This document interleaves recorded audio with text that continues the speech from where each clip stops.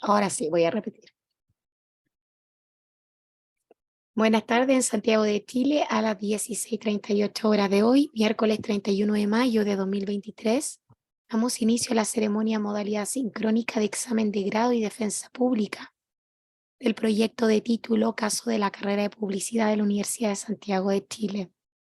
Su autor, el tesista Daniel Herrera Miers, opta mediante esta actividad terminal de su posgrado al grado de magíster en Ciencias de la Comunicación. La comisión examinadora está compuesta por la profesora guía Paulette Duñac, el profesor Néstor Singer y por quien le habla y preside esta comisión, profesora Lorena Valderrama.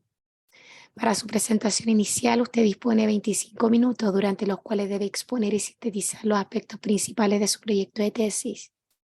Posteriormente, cada uno de los integrantes de la comisión examinadora podrá solicitar al tesista que aclare o amplíe alguna de las ideas expuestas o que responda a preguntas directas sobre la temática de la investigación. Cuando la comisión estime que tiene suficientes antecedentes para evaluar el examen, solicitaremos al tesista y al público presente, bueno, no hay público presente, pero solicitaremos al tesista que abandone la plataforma Zoom, pase a sala de espera para deliberar en privado la calificación correspondiente. Finalmente, se le pedirá que regrese a la plataforma Zoom para entregar los comentarios y evaluación definitiva. Recordamos a los presentes que esta actividad tiene carácter público. No obstante, se puede participar de manera activa solamente el tesista que está rindiendo su examen de grado y los profesores de la comisión examinadora. En representación de la Universidad de Santiago de Chile y particularmente de nuestra universidad, la Escuela de Periodismo, le deseamos éxito en esta significativa actividad académica. Puede comenzar. Muchas gracias, profesores y profesoras. Voy a ampliar la pantalla. Bueno, les voy a presentar mi defensa sobre la investigación que realicé sobre las valoraciones que tienen docentes y estudiantes sobre las TIC en educación superior, que se titula Valoraciones del uso de TIC en educación superior, caso de la carrera de publicidad USACH, y mi nombre es Daniel Herrera Miers. En primer lugar y como introducción, para comentarles acerca de esta situación, la OMS declaró la pandemia mundial del COVID-19 a fines del 2019 en algunos lugares, pero en Chile específicamente comenzó a principios del 2020. Con esto se generó el cierre de instituciones de educación superior, que según la UNESCO fue en más de 190 países, y lo que llevó a que las clases fueran en aulas virtuales por 2 años de corrido. Para contextualizarlos dentro de mi investigación, se comenzaron a utilizar las TIC durante la pandemia COVID-19 en las universidades tanto públicas como privadas de Chile, y por lo que se decía en algunos de los textos investigados, no había una clara estrategia de cómo utilizarla y todo fue dándose en el transcurso del tiempo, por lo cual fue una adaptación abrupta en la educación superior a tener clases con estas tecnologías en aulas virtuales. Yo quise realizar este estudio sobre la carrera de publicidad porque específicamente yo participé de ella, egresé el 2016, y es una carrera que comenzó en 1944 y que luego en la UT y luego en los 70 se creó el título de publicista, paralelo al existente ya de profesor de venta y publicidad y ventas, perdón. Y ante la problemática del uso de tecnologías de información y comunicación, me realicé la siguiente pregunta, que fue: ¿qué valoración tienen los docentes y estudiantes sobre el uso de TIC en la carrera de publicidad USACH en el proceso de enseñanza-aprendizaje en este contexto pandémico versus las clases presenciales? Que fue una de las críticas que tuve de parte de la profesora Valderrama, que fue que no había esta diferenciación entre las clases presenciales versus las virtuales, y como objetivos específicos para mencionarlos, porque el principal fue relacionar estas dos modalidades.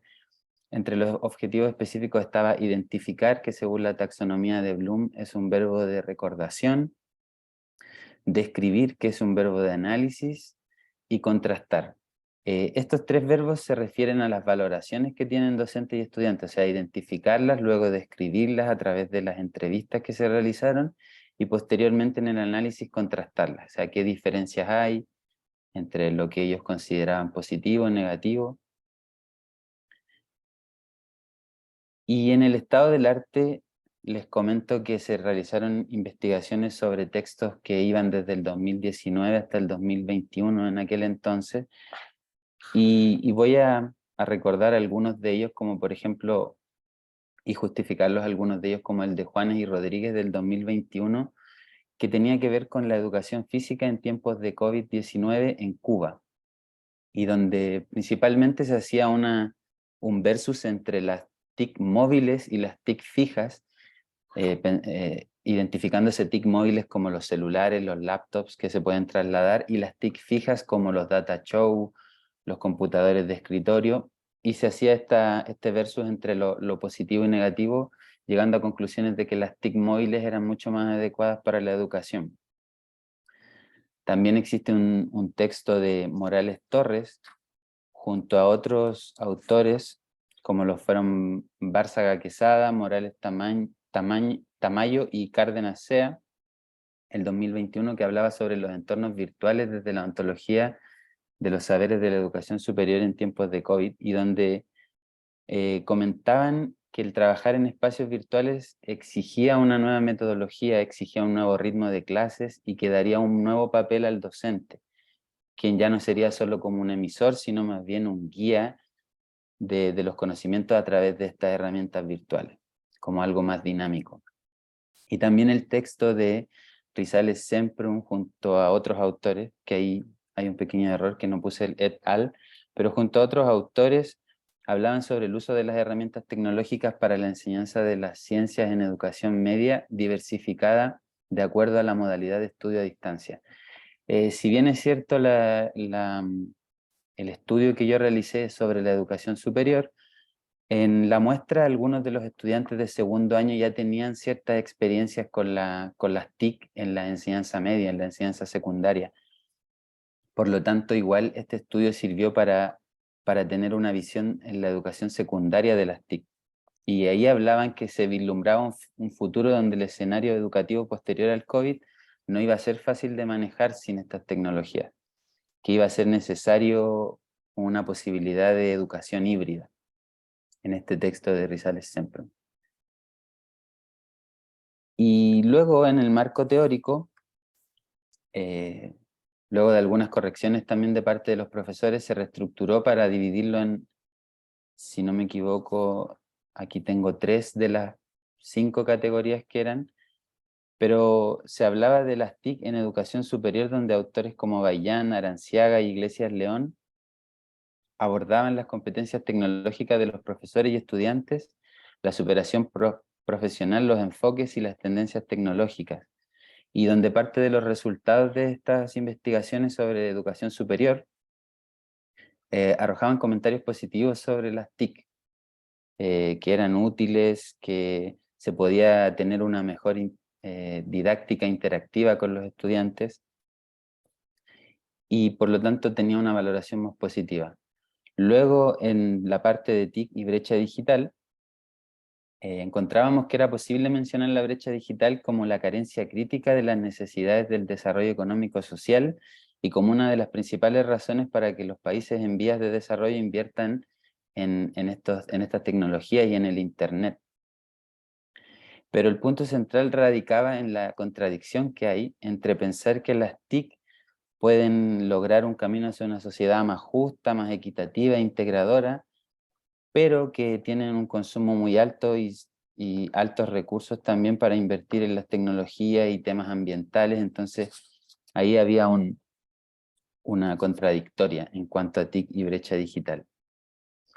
Y finalmente, como lo sinteticé, la educación y comunicación, que es donde encontré gran parte de la coherencia entre entre el magíster y lo que plantea el magíster y una tesis basada en la educación, fue la perspectiva de Freire con la que me ayudó bastante la profesora Polet y que me guió para poder entender la mirada que tenía Freire sobre la educación y la comunicación, donde él expresaba que si bien todo desarrollo es modernización, no toda modernización es desarrollo, en una concepción no mecanicista donde lo nuevo nace de lo viejo, y esto tiene que ver con las tecnologías. O sea que en muchos de los estudios se hablaba que se iban a necesitar y que son fundamentales, pero Freire lo llevaba al tema de la interacción, y él explicaba que la comunicación implica una reciprocidad que no puede romperse, que lo que caracteriza a la comunicación es que es diálogo,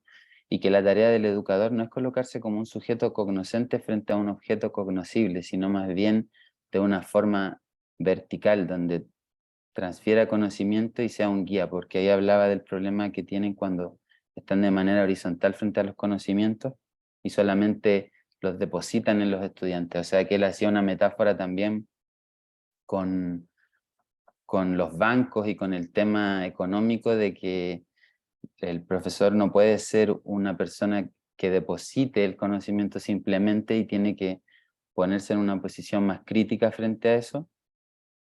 Y también lo relacionábamos con el autor norteamericano John Dewey, no sé cómo se pronuncia bien, pero quien presentaba una perspectiva democrática de la educación. O sea, que tenía relación con la mirada de Freire sobre la experiencia y la educación, y donde él afirmaba lo siguiente: digamos que la nueva educación exalta la libertad del alumno, pero un problema surge ahora.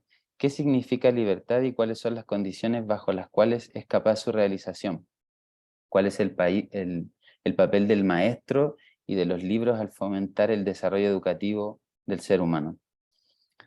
Entonces, retomando la mirada de Freire, que aborda e interroga este proceso educativo, nos preguntamos cuánto de diálogo hay en un aula donde en un momento se exigieron que las cámaras estuvieran apagadas, que solamente se utilizaran los micrófonos, porque los estudiantes se quejaron de que muchos no tenían un espacio físico adecuado para tener las clases, no querían mostrar su realidad en las casas o en diferentes lugares. Entonces ahí se generó también un problema con las cámaras apagadas.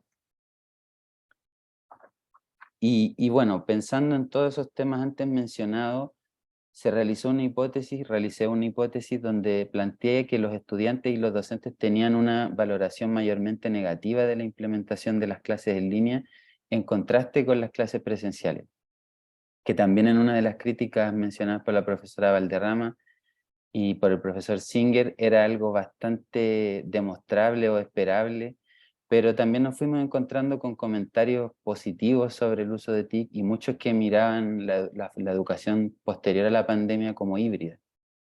Entonces ahora vamos a ver cuáles fueron los hallazgos, y para esta investigación se utilizó una metodología cualitativa que se dividió en 3 fases, con un estudio de caso, que fue el de la carrera de publicidad, y con entrevistas semiestructuradas, que la entrevista semiestructurada se caracteriza por centrarse en el problema, por recoger datos biográficos e incorporar estímulos narrativos para poder obtener esta información, que fue más o menos como se guiaron las entrevistas, porque se les preguntó a los estudiantes sobre cómo habían ingresado a la carrera, de dónde provenían ellos y cuáles eran sus relaciones con las tecnologías. En la primera fase se definió el problema que suponía el uso de TIC en la educación y con las clases virtuales, y la relación de los estudiantes durante la pandemia en el caso de la carrera de publicidad, de los estudiantes con los docentes. En una segunda fase se recolectaron los datos de las entrevistas semiestructuradas y fueron analizados en cuadros de los cuales mostraremos un extracto en la siguiente diapositiva. Y en la tercera fase se realizó análisis de los fragmentos de las entrevistas para relacionar los puntos de encuentro entre ambas modalidades.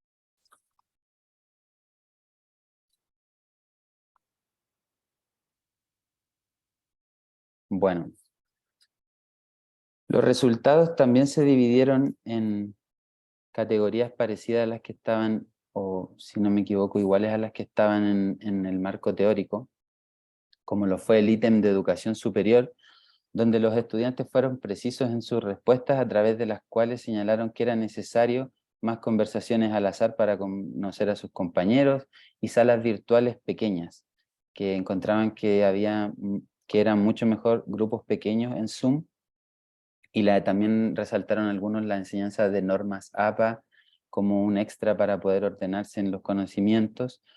Y los docentes por su lado señalaron que sería positivo que la universidad promueva más buenas prácticas digitales y no restrinja Zoom o Meet, como lo dijeron algunos en las versiones de prueba, donde se cortaban las reuniones a cierto tiempo, y que se fomente el trabajo colaborativo por sobre el cooperativo. O sea, que haya más colaboración entre los alumnos, que tan solo entreguen cada uno su parte y sea más cooperativo. Entonces podemos afirmar que tanto profesores como estudiantes piensan que las TIC son vistas como herramientas de comunicación, como programas que ayudan y apoyan a la educación, pero que tienen problemas en cuanto a diálogo e interacción.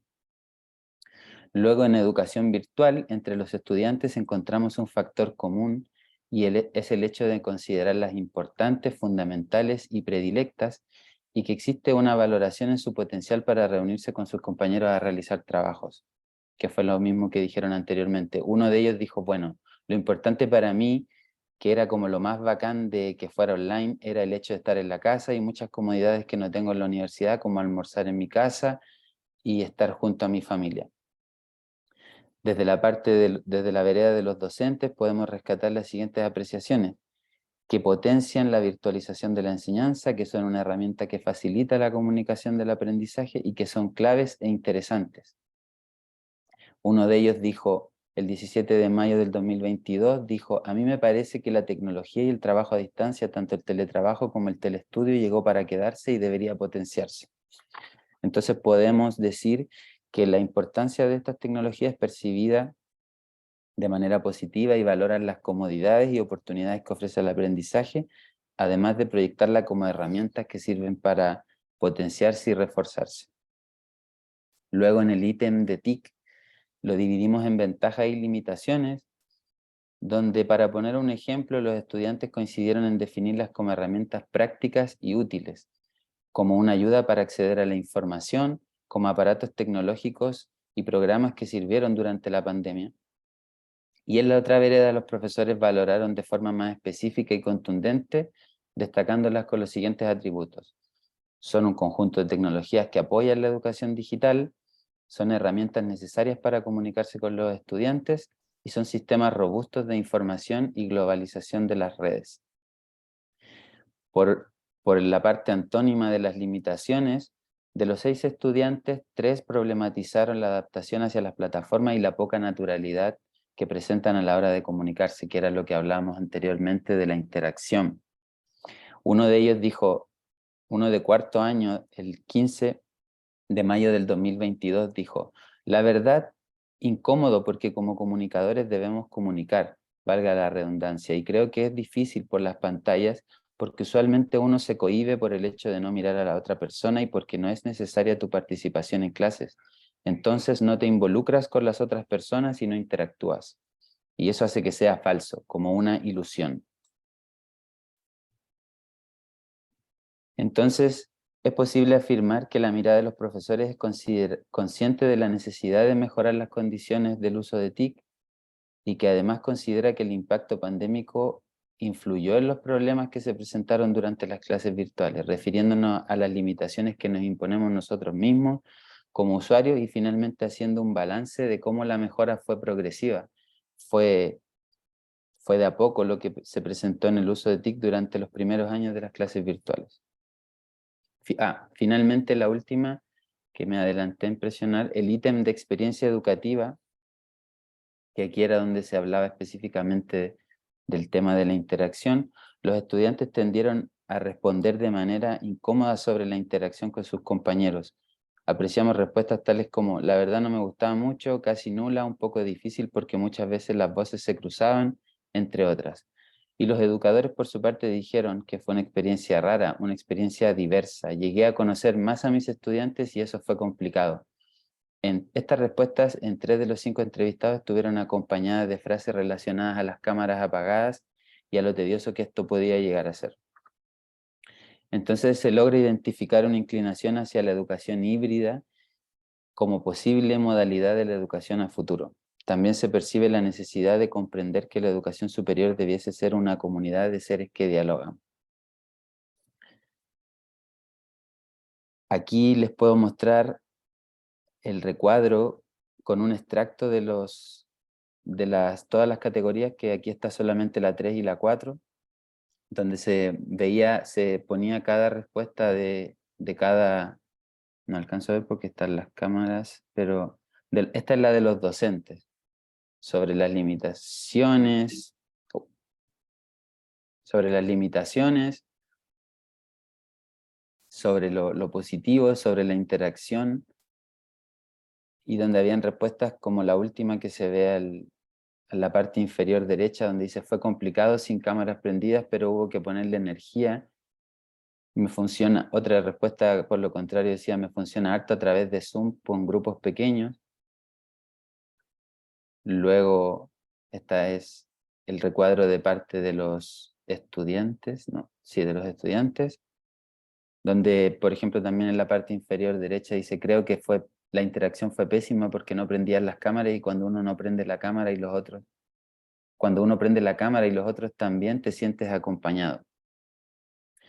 Aquí tengo un audio o sea, hice un extracto de 1 minuto de los audios de las entrevistas para que puedan escuchar y ver o sea, escuchar en realidad algunas de las impresiones de estudiantes primeramente y final de profesores. Me dicen si lo pueden escuchar. Virtual yo tenía la ventaja de que estaba en Osorno, estudiaba, me iba bien también y hacía todos los trabajos, los profes en seco y todo, lo son. Y aparte estaba con mi familia, allá en Osorno. Pero vivir como tu vida universitaria como debe ser en la universidad, no a través de una pantalla, está bien. Y como que desarrollamos una actitud autodidacta. Creo que eso no hubiese sido tanto en presenciales porque era como, tienes una duda, vas, preguntas, ya, listo. Y cuando buscas por ti mismo, como que se abren más puertas, más ventanas ahí, entonces vas como por otra rama de lo que estabas buscando y aprendes más al final. Bueno, yo creo que son fundamentales, porque primero todo el material que vemos en clase, los profesores lo suben a la página, o si no lo suben a la página de la universidad, lo suben a un Drive, y también los profes dentro de la plataforma abren foros para que podamos hacer consultas y respondan de manera más rápida de lo que lo hacen en los correos. El blended ya o híbrido sería el más adecuado, porque la verdad que hace falta lo presencial, es necesario, porque uno tiene como docente una percepción distinta cuando conoce a los estudiantes. Es importante considerar factores de comunicación, no sé, hay cosas que a través de la cámara no se ve, y cuando uno los conoce termina a hacerse como una imagen de cada uno de los estudiantes. Y claramente deberían haber políticas públicas al respecto, ¿cierto? O sea, el Ministerio de Educación a lo mejor debería crear algo respecto al acceso a la información, el acceso a la tecnología, porque si a lo mejor las clases son virtuales, ya, ok, y todo es virtual en la vida, pucha, pero si yo vivo en, no sé, en una comuna donde no llega internet. Pero sí es cierto que la interacción cara a cara es fundamental en la educación. Es fundamental, eso que nos estemos mirando ahí en las salas, que nos estemos a escasos metros de distancia y estemos mirando nuestros gestos, nuestras caras, nuestras miradas, nuestras actitudes. Eso es parte del proceso de aprendizaje. Cuestiones que se ven bastante truncadas por la virtualización también, tal vez, porque no todo el mundo está preparado para eso. Bueno, ahí fue un extracto de algunas de las entrevistas, primero los estudiantes, luego los profesores. Y ya en la parte de la discusión, casi final, se realizaron elaboré algunos títulos para los temas de la discusión, por ejemplo, en educación superior, TIC al servicio de la universidad o viceversa, ya que entre los estudiantes se destacó que las TIC permitieron un aprendizaje más didáctico, cómodo, y que todo debiese digitalizarse aún más según se requiera, También advirtieron que en un futuro la modalidad sería híbrida y que las TIC son el medio predilecto para la educación superior. En este sentido y en relación con los resultados de las entrevistas semiestructuradas, vemos que se prevé al futuro que el escenario educativo posterior al COVID no sería fácil de manejar sin utilizar adecuadamente las plataformas digitales, como lo que hablaba en el texto de Rizales Semprum. Luego, en la parte de educación virtual, como título Ventajas y desventajas de la educación virtual mediada por TIC, en esta etapa los estudiantes reseñaron que su importancia recae en que las TIC son cómodas y cercanas, que brindan un mejor acceso a la información y que son fundamentales y una herramienta para estudiar. Finalmente, incluso desde la óptica docente, se comentó que los mismos profesores eran quienes requerían más formación, tutorías en temas tecnológicos y que no se puede olvidar la inmensa brecha digital que afecta a las instituciones de educación superior. Y en el tercero, o experiencia educativa, como lo mencionábamos también en los resultados, el título fue Cámaras apagadas o micrófonos encendidos, ya que muchos de los profesores se refirieron al tema de tener que funcionar en las clases con las cámaras apagadas, y qué tan positivo era el tema de solamente que fueran audibles. Algunos lo valoraron de manera más positiva, los profesores de manera muy variada valoraron esta interacción con sus estudiantes de la siguiente forma: muy rara porque los estudiantes tenían las cámaras apagadas, diversa porque los estudiantes más tímidos tienen confianza en el uso de estas plataformas, y me funciona muy bien en Zoom pero con grupos pequeños, y finalmente con las TIC he llegado a conocer más a mis estudiantes. Eso dijeron algunos en este ítem de experiencia educativa. Y finalmente, para las conclusiones, que me voy a extender un poquito más porque me quedan unos segundos, pero voy a pedir 1 o 2 minutos más.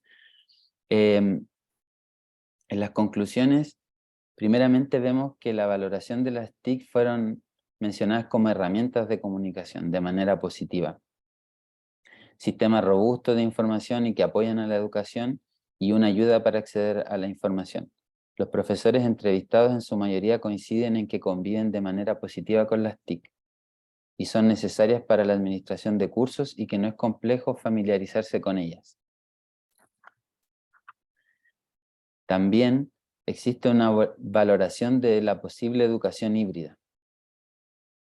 Esta sección habla sobre un futuro híbrido que se logra reconocer con una mirada general que apunta hacia las fortalezas organizativas que tienen las TIC a la hora de coordinar reuniones, tener clases con grupos pequeños o alguna tutoría extra fuera de clase, y esto facilitaría la fluidez del proceso de enseñanza-aprendizaje. Y por otra parte, porque aquí seleccioné 2 lados positivos y 2 lados negativos, existe una valoración de la experiencia educativa como negativa y contradictoria, por lo que antes mencionaba de las cámaras y el tema de la interacción con los estudiantes. Entonces, aquí se generó una mirada más negativa por parte de los participantes, y finalmente una valoración de la categoría TIC entre plataformas y o dispositivos, en donde señalo que hubo también un gran problema ahí con el tema de la categoría de las TIC, porque algunos de los entrevistados lo veían como las plataformas o las aplicaciones mediante las cuales podían aprender, y otros las miraban o las reconocían como los dispositivos, como los computadores, los laptops, los celulares, entre esos. Y finalmente, con esta investigación recomienda fomentar y promover las actividades colaborativas, como se halló en parte de las entrevistas, con rotaciones en los roles a cumplir u organigramas de participación en los que todos tengan la posibilidad de cumplir todos los aspectos de un trabajo grupal, y también que sería positivo investigar sobre nuevas técnicas que optimicen los tiempos, porque muchas de las respuestas también fueron acerca de eso, de los tiempos de reunión y cómo se aprovechaban los tiempos en las clases, y tener una mayor conectividad hacia los productos de Google, que fueron los mejores valorados, como Google Meet, Drive, Classroom, entre otros. Y esa fue mi presentación. Les agradezco por el tiempo y por la atención. Y espero que les haya gustado. Me pasé en 3 minutos, disculpe. Muchas gracias. Ay, ya se me está yendo la voz, disculpe. Muchas gracias, muchas gracias, Daniel, por la presentación. Procedemos ahora a ofrecer la palabra a la comisión examinadora, comenzando con el profesor Néstor Singer. Muchas gracias, Lorena. Muchas gracias, Daniel, por la presentación. Creo que fue una presentación bastante coherente, bastante precisa y que logró aunar de manera bastante eficiente varios de los comentarios que hicimos a lo largo del trabajo, así que lo felicito por eso. Yo tengo 4 preguntas. No sé, Lorena, si es que hay un mínimo o un máximo de preguntas, o si nos vamos turnando, no sé cómo la dinámica acá. ¿Qué sería lo óptimo? Que si crees tú. Puede hacer las 4 preguntas sin problema y luego Daniel puede responder estas 4 preguntas. Que Perfecto. Daniel va a tomar nota. Perfecto.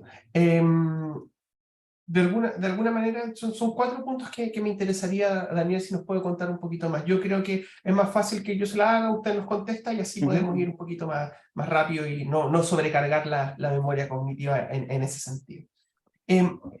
Lo primero que de alguna manera este estudio presupone al inicio de la situación del uso de las TICs en contexto de pandemia, pero me da la sensación que la narrativa se posiciona desde lo que es la enseñanza remota de emergencia, que la literatura posiciona cuando recién ocurre el COVID, que básicamente se cierran los colegios, tenemos que movernos a modalidad online, las universidades cierran, todos los movemos online, pero ya cuando partimos el año 2020, 2021, y de alguna manera ya la situación cambia, la literatura, por ejemplo, Hodges y sus socios, hablan de que nos movemos a lo que podría ser enseñanza online. O sea que ya, por ejemplo, hay resultados de aprendizajes, existe una estructura del curso y ya no es tan solamente llegar e insertarnos ahí de golpe. Entonces, en ese sentido, quería preguntarle cómo el estudio que realiza posiciona o transita entre estas dos realidades, entre una que es un cambio abrupto y la otra que ya es algo más planificado. Las preguntas que le hace a las personas, a los participantes, ¿se ajustan a eso o tiende a mirar una mirada, una posición por sobre la otra? Yo creo que estaban las preguntas de la entrevista hacia los participantes estaban enfocadas en el cambio abrupto que hubo, porque si bien yo les pregunté también en algún momento de la entrevista cómo ellos comparaban con las clases presenciales, también se les preguntó cómo había sido su experiencia anteriormente con las TIC, cuando existía la presencialidad. Entonces ahí yo buscaba entender cómo ellos lo veían ahora que era completamente online. Ese cambio que no fue progresivo, pero que antes, cuando existían las TIC en la educación presencial que ellos tenían, algunos ya en la universidad, los de cursos más arriba, y los que estaban en secundaria, se les preguntó por su uso del correo, por su uso de los buscadores, y para hacer la comparativa con lo actual, que era completamente online. Perfecto. Y en ese sentido, ¿cómo siente usted que los resultados que obtuvo pueden responder a una dimensión o a una visión o a la otra, por ejemplo? Porque si las preguntas orientaban más bien a lo primero, ¿cómo de alguna manera podemos dar cuenta del periodo total entre 2019 y 2021? Bueno, yo creo que eso se lo pude interpretar mirando desde las limitaciones y las ventajas que tenían las TIC, cómo fue el cambio y cómo lo vivieron ellos, también de parte de los profesores, cómo ellos experimentaron ese cambio, pero creo que apunta más al cambio abrupto que cuando ya la educación es completamente online en su totalidad de los 2 años. Cómo experimentaron el cambio y cómo valoraron las TIC en el momento más crítico, más que en el momento donde ya es donde ya, porque muchos dijeron que en el segundo año ya estaban acostumbrados y ya lo veían, quizás en esa parte de la entrevista donde muchos ya contaron su experiencia cuando ya no era algo tan novedoso y ya estaban más acostumbrados, ahí se puede mirar la parte en que las TIC ya están más instaladas en la educación. Perfecto, perfecto, Daniel. Ahora, la segunda pregunta tiene que ver con lo que usted mencionaba en el marco teórico con respecto a la brecha digital. Ahí nos hace una comparación, nos presenta el concepto, y quería yo preguntarle cómo usted relaciona eso con el contexto del estudio, por ejemplo, y de los participantes que estuvieron en el estudio. Porque, por ejemplo, al escuchar el audio, escuchamos a una participante que plantea incluso el hecho: ¿qué pasa si yo vivo en una comuna que no hay internet, por ejemplo, haciendo alusión a esta brecha digital? ¿Cómo usted siente que esta brecha digital jugó quizás algún rol dentro de lo que los participantes respondían o en el desarrollo de su estudio? Sí. Bueno, la verdad es que fue una muestra pequeña, me hubiese gustado que fuera una muestra de más alumnos para conocer miradas, porque podría decir que de los 6 alumnos, una fue la que contestó, una estudiante, fue la que contestó que en su comuna siempre habían problemas con el internet y que a veces tenía mucho tiempo sin internet y que tenía que ver la forma para poder conectarse a las clases. Entonces siento que por ahí también hay una limitación por parte de la investigación, o sea que podría haber conocido más realidades de personas que tuvieron esos problemas de la brecha digital, pero se incluyó porque también los profesores eran los que más hacían alusión a eso. Ellos tenían conciencia de que había muchos estudiantes con esos problemas o con problemas de computadores que no eran muy buenos. Algunos de los profesores de la directiva me mencionaron que muchos estudiantes tuvieron todo el semestre solo con celular. Entonces, por ahí yo creo que pasa el tema de la brecha digital, pero no lo pude profundizar mucho por el número limitado de entrevistados, yo creo. Perfecto. Ahora, volviéndonos a lo que sería la tercera pregunta, que yo creo que es uno de los puntos más críticos que yo mencioné varias veces cuando fui revisando un trabajo, que tiene que ver con el proceso metodológico. Y en ese sentido quería pedirle si nos puede comentar o explayarse un poquitito más en lo que fue el diseño de las entrevistas, el pilotaje, la calibración del instrumento de entrevista, si es que lo hubo, si es que no, igual está bien, pero es como para saber efectivamente cómo fue el proceso del desarrollo del estudio, en términos de cómo preparé el guión de entrevistas, piloteé el guión de entrevistas, cómo lo calibré antes de tomarlo con los estudiantes, si es que pasó o no. Si nos pueden hablar un poquito más de eso. Bueno, teniendo la mirada en otros estudios que hablaban sobre las TIC, fui tomando ideas de ahí referente a las entrevistas donde les preguntaban por las ventajas, las limitaciones a los estudiantes, a los profesores, cómo ellos percibían hacer una comparativa entre una situación anterior y una actual, como la de lo presencial y lo virtual. Y el tema de la calibración o el pilotaje se fue dando a medida que hice las primeras entrevistas, porque recuerdo que las primeras 2 entrevistas fueron con un profesor que yo conocía de la Universidad de Santiago, que finalmente no participó, pero en un inicio cuando yo tuve la idea de hacer esta investigación, que primero partió en otra área de las TIC, con otra idea y luego la fui moldeando y direccionando más hacia la carrera, cuando los profesores me decían que lo especificara más y todo eso, le pedí ayuda a un profesor para realizarle una entrevista piloto y en base a las respuestas que él me dio, fui moldeando y diciendo, bueno, a lo mejor esta información no serviría de tanto, preguntarle por este tipo de herramientas que utilizó, y lo fui viendo de esa manera, pero solamente fue con un profesor, y luego cuando ya tenía más o menos definido qué iba a hacer en publicidad, porque ese trabajo fue para la asignatura de técnicas cualitativas con la profesora Rocamora. Ese trabajo donde yo le realicé una entrevista piloto a un profesor fue para ese, y de ahí tomé la idea para comenzarlo, y luego cuando ya definí que era la carrera de publicidad, entrevisté a 2 estudiantes que fueron los primeros en ayudarme, que ellos también me dieron los contactos de otros estudiantes, y también en ellos fui viendo qué cosas eran más pertinentes, cuáles no, cuáles podía sacar, y de esa forma lo hice. Perfecto, Daniel. Y por último, ya para no monopolizar el panel, quisiera si me podía contar un poquito más en términos del desarrollo del análisis, porque usted al final mostraba unas matrices. Entonces, quería preguntar si el análisis lo hizo desde las transcripciones a las matrices o solamente con las matrices, porque usted menciona en la tesis que se trata de un análisis temático. Entonces quería ver desde cómo la matriz que ocupa se condice con esta idea de lo temático.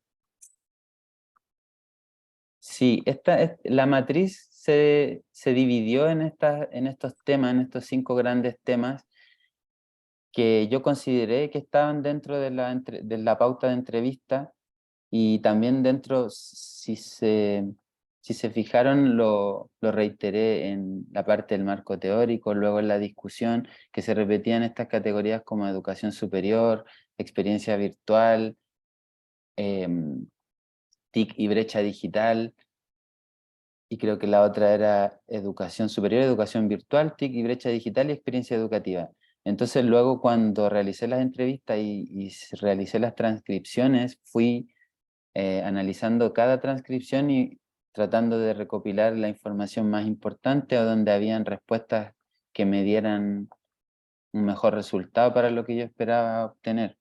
Pero así se hizo, realicé la matriz en base a lo que ya estaba en el marco teórico, que en un inicio era parte del estado del arte, que luego lo corregí, y también en la parte de la discusión, que se dividían en cuatro grandes temas, y yo los asocié a la pauta de la entrevista. Perfecto. Perfecto, por mi parte no tengo más preguntas. Muchas gracias, Daniel. Gracias, profesor Singer.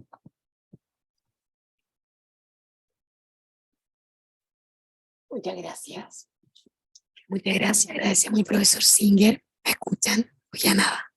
Sí, se Gracias. escucha bien. Qué bueno. Agradecemos al profesor Singer. Y ahora le pedimos que intervenga con su pregunta. Profesora Guía Polet Uñac. Gracias, Lorena. Gracias, Daniel, por la presentación. La primera pregunta que te quisiera hacer tiene relación con algo que también comentaron los profesores en sus correcciones, que tiene que ver con la novedad de tus hallazgos. ¿Ya? Quería consultarte porque tú revisaste, ¿cierto?, literatura relacionada con el uso de TICs en educación superior, específicamente con el tema de las clases virtuales. Y en ese sentido quería preguntarte, a partir de lo que tú has leído, ¿qué de nuevo, digamos, encontramos en tu estudio, en tus resultados, que puede aportar a este diálogo, digamos, que existe en la literatura con respecto a la experiencia de las clases virtuales? Ujú. Bueno, en varios de los estudios que investigué vi temas como los que mencionaba en las conclusiones, donde hablaban sobre productos o aplicaciones o plataformas, cuáles eran menos valoradas, más valoradas.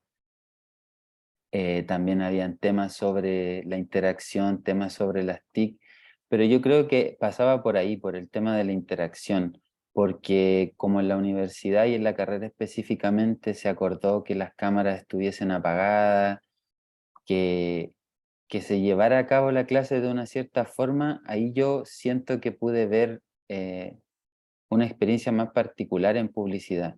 Y también creo que fue importante, y que quizás no lo percibí tanto en otros, era esta diferencia entre cómo puede ser más positivo o negativo lo teórico versus lo práctico por los laboratorios. Creo que se daba a entender en las demás investigaciones que todo era en base como a los problemas que pueden tener las TIC, lo positivo, pero no hacían tanto la diferenciación entre cómo las TIC afectaron en los laboratorios más que en lo teórico, porque en publicidad, por ejemplo, se enseña con muchos programas, y, por ejemplo, las clases de fotografía era difícil porque cuando nosotros teníamos laboratorio de fotografía había que estar en el laboratorio con las cámaras, entonces los profesores explicaban lo complicado que era trasladar esa teoría a la práctica, siendo que ya era algo de laboratorio, porque no pueden prestarle cámaras a los estudiantes ni enseñarles a configurarlas. Entonces pude ver esas limitaciones específicamente más en publicidad, en el área de las comunicaciones de publicidad, que me interesaba para intentar ser un aporte a la carrera en el sentido de que pudieran ver cómo los estudiantes y los profesores experimentaron la educación virtual con las TIC, tratar de hacer cambios o ver qué les podía ser útil a ellos para cambiar o mejorar.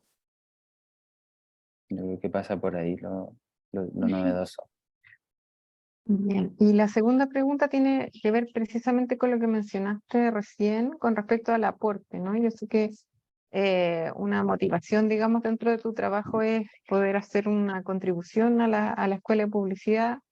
Y en ese sentido quisiera preguntarte qué relevancia crees que puede tener este estudio, digamos, para la escuela de publicidad, cómo se podría, no sé, traducir de alguna manera en una contribución, digamos, en la manera en que ellos están pensando, la forma en que están impartiendo sus clases, digamos, etcétera. No sé si tienes alguna como reflexión, si tú quisieras ir, por ejemplo, a mostrarles tu estudio a la escuela de publicidad, cómo les plantearías, digamos, algunas propuestas o ideas que pueden surgir en base a tu investigación. Bueno, para sintetizarlo, pensando en algo específico que recuerdo, es que los docentes en particular tenían como una muy buena lectura de lo que fueron las clases virtuales versus lo que era lo presencial en el aula. Entonces sentí que ellos en el transcurso que me iban dando la entrevista, yo guiaba algunas preguntas hacia pequeños detalles u otras preguntas que quizás no estaban en la pauta, pero para obtener información, y ellos mismos se daban cuenta de qué cosas afectaron y cuáles podían cambiar. Entonces, por lo menos yo lo que sentí que de parte de los docentes hubo una mirada mucho más realista y que puede ser transformadora pues, para ellos mismos, porque en el camino que daban una respuesta decían, oye, ahora que lo pienso, claro, pasó con las cámaras apagadas, esto pasó con los laboratorios, y ellos mismos como que daban una idea de lo que puede cambiar o lo que puede variar. Entonces creo que por ahí pasa quizás un aporte para la carrera, porque los profesores se unieran y obviamente les va a servir la mirada de los estudiantes, pero creo que ellos tenían más claro, se hacían una autocrítica mucho más elaborada. Debe ser porque son profesores, pero supongo que de parte de ellos fue algo que puede ser un mayor aporte para la carrera.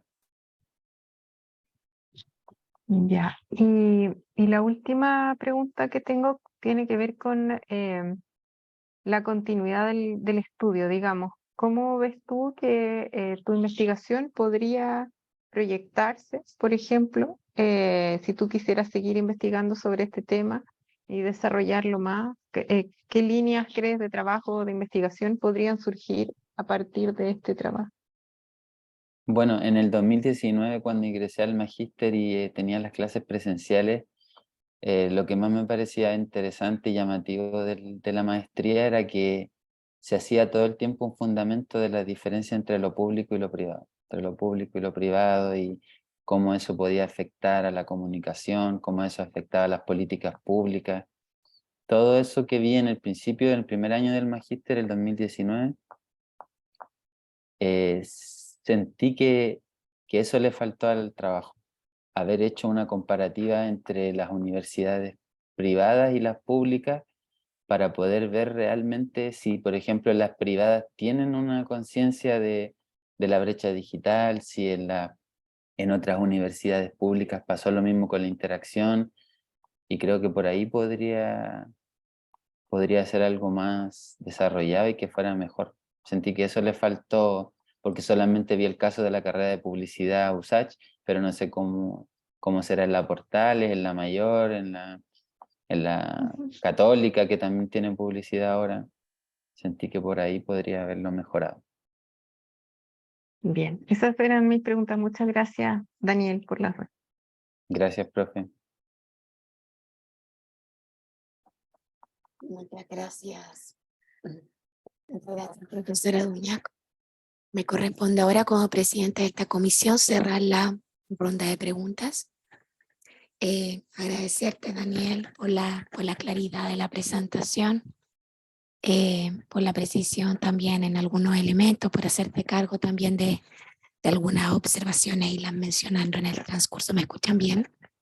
Sí, ya, perfecto. Si ya no se escucha, por favor, les ruego que me avisen. Bueno, mis preguntas van orientadas un poquito como a lo metodológico también, al igual que alguna del profesor Singer.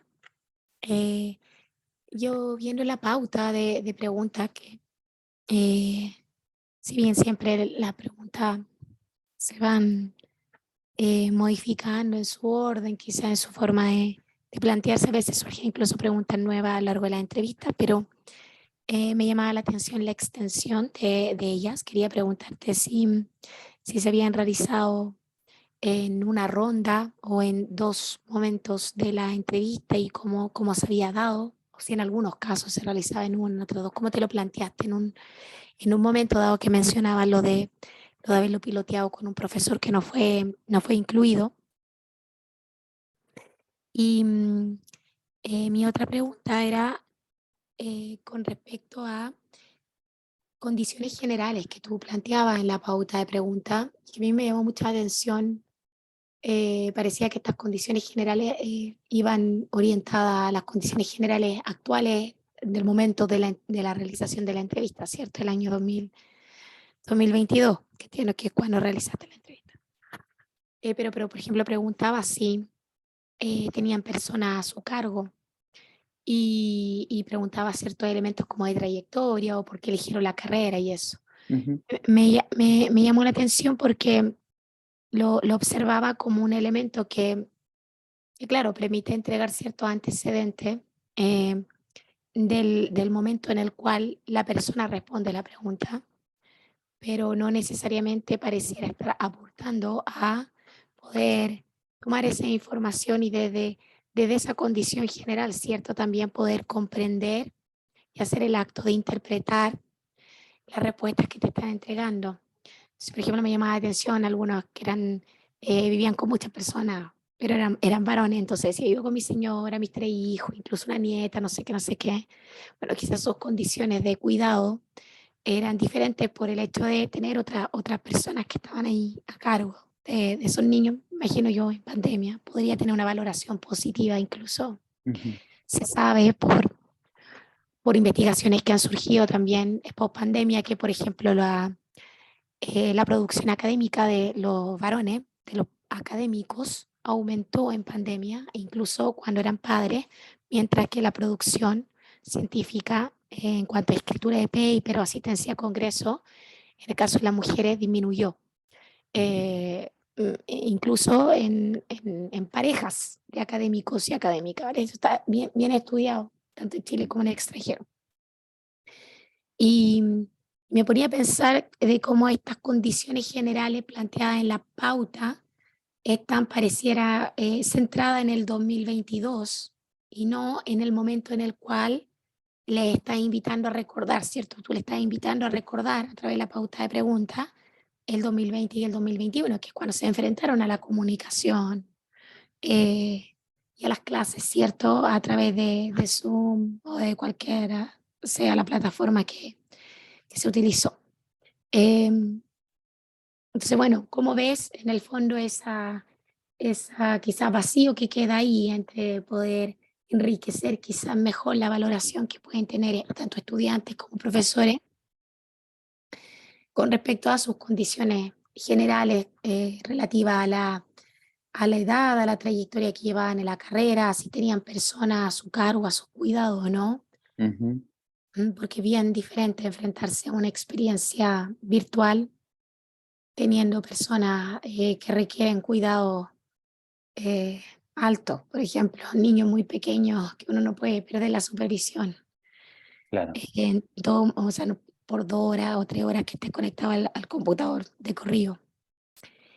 Ese es un elemento. Y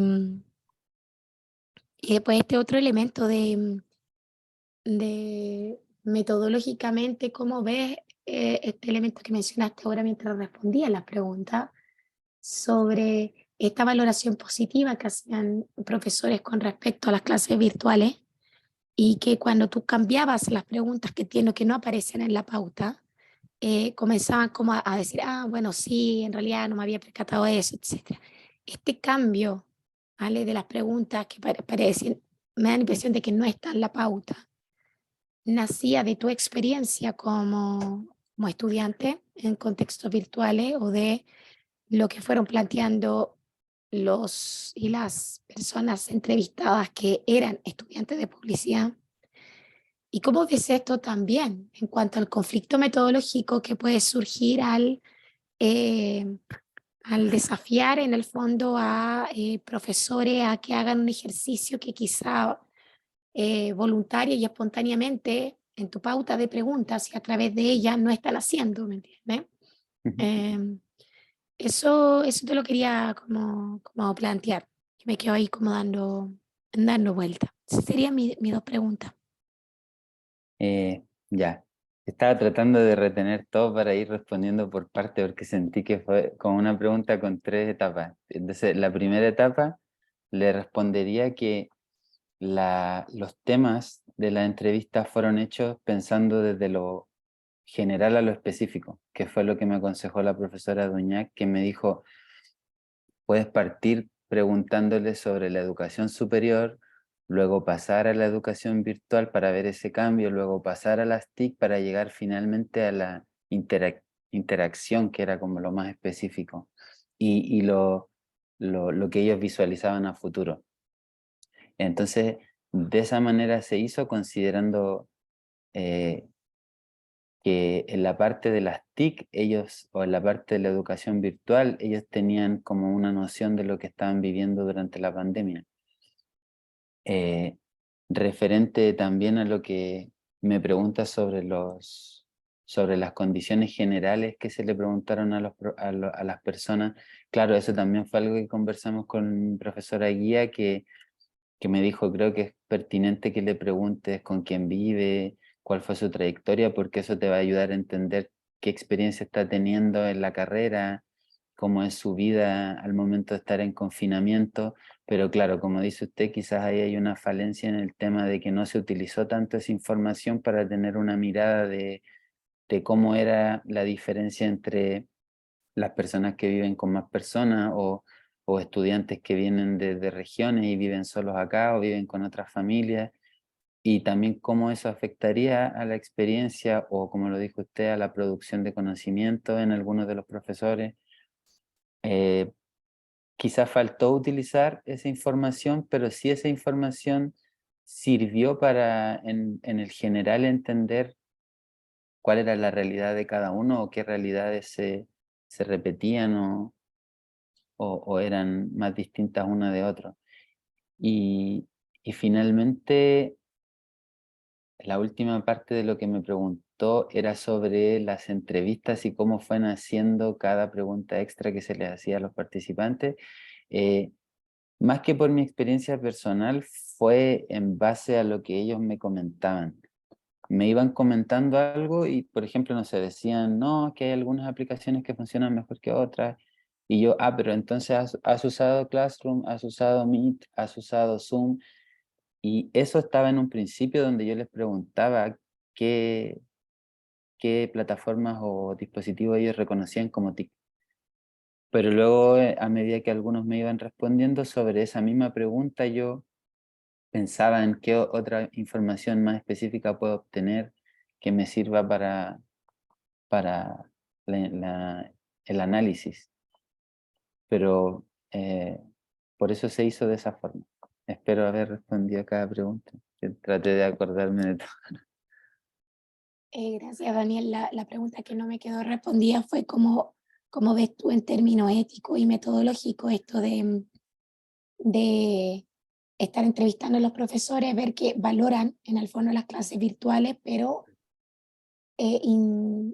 insertar preguntas que no están en la pauta que les lleva en el fondo a darse cuenta de que esa valoración positiva que están teniendo las clases virtuales no es tal, ¿vale? Vamos a recordar otros momentos, otras partes que quizás no están ahí, porque lo mencionaste en una respuesta como algo positivo, ¿vale? Como que Sí, entiendo. ayudaste a los profesores a tener como una mirada un poco más crítica con respecto a las clases virtuales que ellos mismos ejecutaron, ¿cierto? O vivenciaron desde su rol docente, pero éticamente, en el momento en que te estás enfrentando a la entrevista, ¿cómo valoras tú, en el fondo, esa interpelación que hace y desde dónde nace esa interpelación? Si nace desde ti como una persona que está investigando esta situación o como una persona que está investigando esta situación y al mismo tiempo has sido estudiante, ya sea o en publicidad o en el magíster, estudiante que se ha enfrentado a una educación virtual en el periodo de pandemia, en el fondo. Claro, ahora entiendo bien la pregunta. Intentando responderla, si bien es cierto, claro, éticamente puedo pensar que yo me empaticé más en la posición de los estudiantes e intentar obtener información de los profesores sobre cómo ellos llevaron a cabo las clases. También puedo decir en mi defensa que me basé en la definición o en el pensamiento que hay sobre las entrevistas semiestructuradas, que sentí que era la entrevista que más me acomodaba para intentar obtener todo tipo de información, porque entendí que la entrevista semiestructurada recogía datos biográficos e intentaba incorporar estímulos narrativos. Entonces yo... y respondiendo a la primera pregunta, que creo que ahí me olvidé de algo, era que claro, usted me preguntó si fue solamente de una vez la entrevista o fue en dos partes. Creo que eso también puede ser una crítica que puedo hacer al pilotaje de la entrevista o a la ejecución, porque llegaba un punto en que ya sentía que los entrevistados estaban como un poco cansados o agobiados de ya como mucho tema sobre la virtualidad. Entonces creo que en ese sentido puede ser una crítica, una autocrítica de pensar en que alguna de la información que se obtuvo haciendo preguntas extra era valiosa, pero mucha otra ya llegó a ser un poco tediosa también.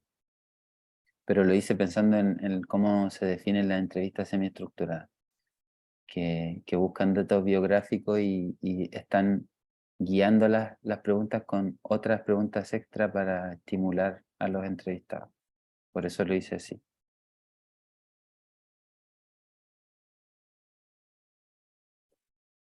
Gracias, Daniel, por tus respuestas. No sé si hay más duda o comentario de parte de la comisión examinadora. Por mi parte estoy satisfecho con las preguntas y con las respuestas. Gracias, Néstor. Sí, no Proceda. tengo más preguntas tampoco. Bien, entonces si no hay más duda o comentario, agradecemos a personas que integran la comisión examinadora por sus intervenciones y al tesista por sus respuestas. Terminada esta etapa, solicitamos al tesista que abandone temporalmente la plataforma de Zoom.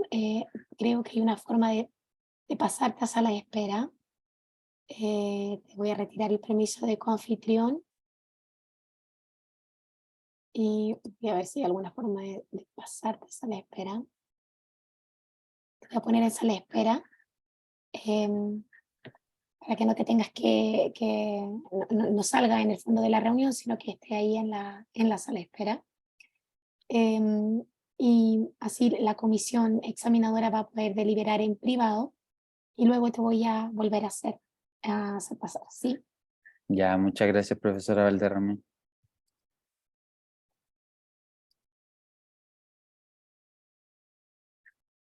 Bien, ahí está Daniel en sala de espera. Lo único que no sé es si esta parte queda totalmente grabada o se pausa. No, no se graba esta parte. Si se Por graba, lo no menos sé yo cómo recuerdo. lo que pausa. ¿En serio? Ah, Yo no, recordaba que pausa. no se grababa en las sesiones anteriores. Se Le paraba pongo de grabar. pausa la grabación entonces. Sí. Me imagino porque Ujú. después lo que tiene que darse es el resultado, porque si no es como que la persona... Okay. Ya está grabando nuevamente esta sesión de defensa y se ha incorporado Vamos a la espera, Daniel Herrera. Bueno, aquí ya se encuentra ya incorporado a esta etapa final del examen de grado. Antes de entregar la calificación final de este examen de grado, ofrecemos nuevamente la palabra a las personas que integran la comisión examinadora para sus comentarios. En el mismo orden, profesor Singer, ofrecemos la palabra primero y después a la profesora Buñac. Muchas gracias, Lorena. Bueno, volver a manifestar mis agradecimientos, Daniel, por la defensa, una defensa bastante coherente, una defensa que nos permitió tener un entendimiento mayor del trabajo escrito. También nos dio gusto poder ver que varios de los comentarios que fueron mencionados dentro de la tesis fueron atendidos verbalmente en la defensa. Creemos que las respuestas, por lo menos en mi caso, fueron satisfactorias. Vimos la posibilidad de que se pudiese explicar de alguna manera cómo algunos elementos se podían relacionar. Aún así, creemos que existe potencial para mejora en el sentido de que teóricamente podemos ver aunar mejor los elementos que se discutieron quizás a nivel teórico y cómo dialogan directamente con la inspiración o particularmente el nicho que se está llevando el estudio en términos de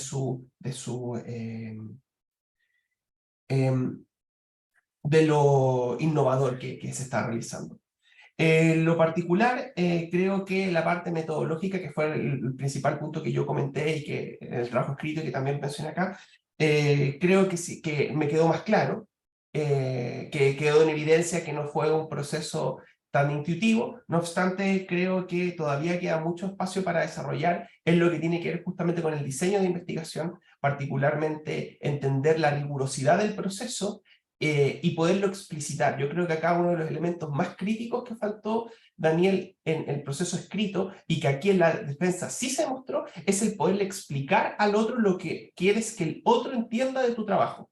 Porque cuando tú marcas eso, realmente tú haces que el otro mire con tu prisma lo que tienes ahí, y no lo dejas a interpretación del otro netamente. Y creo que aquí sí se logró manifestar eso de manera bastante oportuna. También me quedó un poco más claro el proceso de análisis, aunque honestamente en este tipo de estudios las matrices, por ejemplo, claramente sirven un proceso de cómo tú enfrentas las transcripciones y los temas que van emergiendo de los análisis temáticos, pero en la narrativa, por ejemplo, el hecho de que las transiciones y la narrativa que vas creando en el análisis sea lo suficientemente fluida con los extractos correspondientes, de manera que uno pueda tener realmente el acceso a las transcripciones y a lo que ocurrió en las voces de las personas, sin necesariamente tener, por ejemplo, todo más atrás. Pero bueno, eso sería mis comentarios. Una buena defensa y por lo menos quedo satisfecho con lo que escuchamos el día de hoy. Gracias, profesor Singer. Muchas gracias, profesor Singer, por su comentario. Profesora Buñac, invito a hacer lo suyo. Bien, gracias, Lorena. Con respecto, Daniel, en relación a la, ¿cierto? Te hice algunas preguntas con respecto a la continuidad de este estudio y también al interés que tenías en poder mostrárselo, digamos, a las personas de la carrera de publicidad, por ejemplo. Un tema que yo creo que es importante, que comentamos también con los profesores, tiene que ver con el tema de la anonimización. Tú incluiste las transcripciones en la última versión, ¿ya? Y coincidimos con los profesores en que eso es problemático porque se comprometió la anonimización de los profesores y si bien no van los nombres, va toda una descripción de su trayectoria, de su familia, que siendo un universo tan pequeño, la escuela de publicidad, es muy fácil identificarlos. Entonces ahí te queremos pedir que en la biblioteca, digamos, solicites entregar una versión donde cortes esa parte, porque lo más importante era que hubiese dentro del texto ciertas citas que fueran ejemplificando las distintas afirmaciones y resultados que tú ibas teniendo, pero no necesariamente que fueran entrevistas completas. Entonces esa es una indicación que te hacemos, digamos, para la entrega a la biblioteca, que eso vaya eliminado, porque también pensando que más aún esta tesis puede ser que de hecho sí sea de interés para leerla en la comunidad de publicidad, es aún más delicado que eso esté resguardado, digamos, ¿ya? Y aparte de eso, solamente quiero felicitarte por tu perseverancia en este proceso, que ha sido muy, muy largo. Llevamos más de 2 años en esto, y tú venías antes con el seminario 1, y creo que dentro de todo eso has sabido sobrellevar todas las dificultades, todas las prórrogas, todas las complicaciones que has tenido en el camino, de todo tipo, digamos. También fuiste capaz de sacar adelante la tesis trabajando a doble turno, haciendo un montón de esfuerzos, digamos. Entonces, de verdad que creo que hay un tremendo esfuerzo y sobre todo perseverancia, resiliencia entre todas las malas evaluaciones que tuviste, y para volver a retomar y volver a intentarlo. Así que, verdad, felicito eso, creo que es algo importante en tu forma de ser también, en tu carácter, y que da frutos llegando ahora a esta instancia. Así que te felicito de verdad, Daniel, por haber llegado hasta acá. Gracias, profesora, por su ayuda también. Fue muy valiosa para mí. Gracias. Gracias, profesora Ñac. Yo también te felicito, Daniel, por la presentación de hoy. Coincido con lo que han dicho, ha sido una presentación clara, mucho más coherente. Han logrado explicar de mejor forma en esta presentación lo que se manifiesta en el escrito. Y valoro, te agradezco el que en el proceso de defensa, de lo que presentaste hoy, te hagas cargo de ciertas observaciones que se fueron dando a lo largo de este proceso de revisión y evaluación de la tesis. De verdad que estoy con mucho dolor en la garganta. Y si bien está todo eso positivo, sí es importante hacer mención a que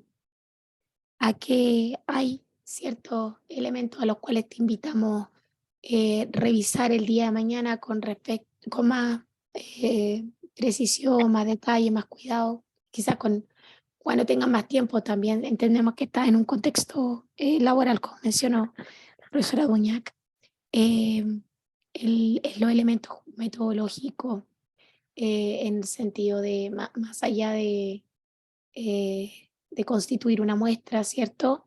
El de seguir ciertos pasos, ciertos procesos, ¿cierto? Una revisión acuciosa de la literatura permite observar qué es lo que se está estudiando en el campo, qué categorías analíticas se están utilizando, qué metodologías se están usando, ¿cierto? Y por tanto, entrar a dialogar con eso también.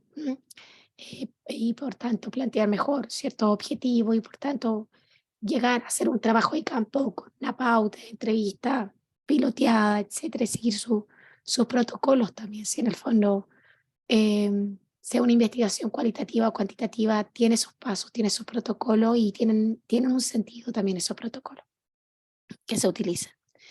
¿En qué sentido? Por ejemplo, si bien entrevistas semiestructuradas permiten la posibilidad de incluir ciertas preguntas en el proceso de la entrevista, existe una diferencia entre lo que es la estimulación narrativa, ¿cierto?